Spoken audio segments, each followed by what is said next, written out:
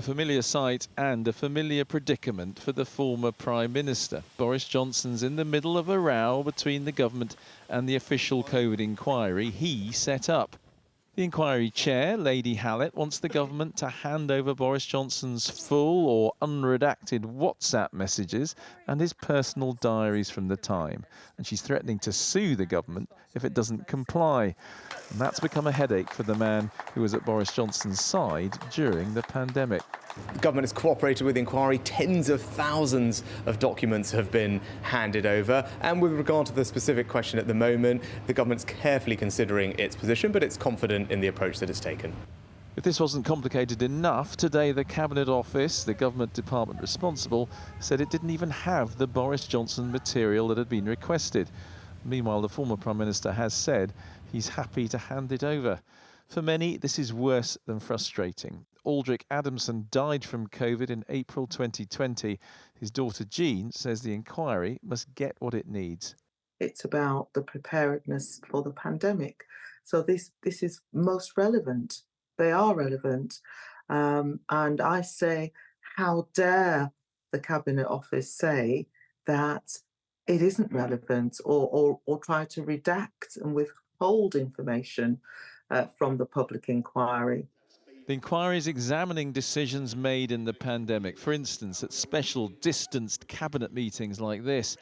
And there are arguments for not automatically making everything public. There is a benefit to government having a kind of private space to make decisions, to consider all different options, safe in the knowledge that that won't be scrutinised for a certain period. So that's the kind of general principle of why it's beneficial for government to keep some information protected.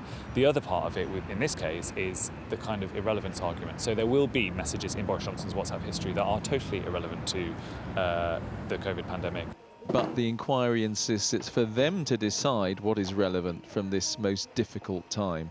They've extended a deadline for the government to comply until Thursday. But if things aren't resolved by then, we'll have the extraordinary situation of the government and the inquiry facing each other in court. Well, Andy is live at Downing Street for us now. Good evening to you, Andy. We all know that you've got a finely tuned political nose. Do you smell a showdown? A showdown, definitely. That is, on the face of it, what's coming in 48 hours. The two sides, the government and the inquiry, could face each other in court. I have to say both sides are trying to look for a way around this. They are talking to each other, trying to find a middle way whereby information can be provided for the inquiry that satisfies the Cabinet Office. But we're not there yet, so there is a danger of the two of them ending up in court, which would be quite an extraordinary situation. Now, the reason why this matters, because it's not just a sort of row within government or government-appointed bodies, is this inquiry is meant to help us work out what went wrong during the pandemic and how we can deal with one, if one comes along, as people say it will, how we can deal with it better. And if we're at the stage where the government and the inquiry it's set up can't even agree on what sort of information is to be released, well, it's not a great start to that process.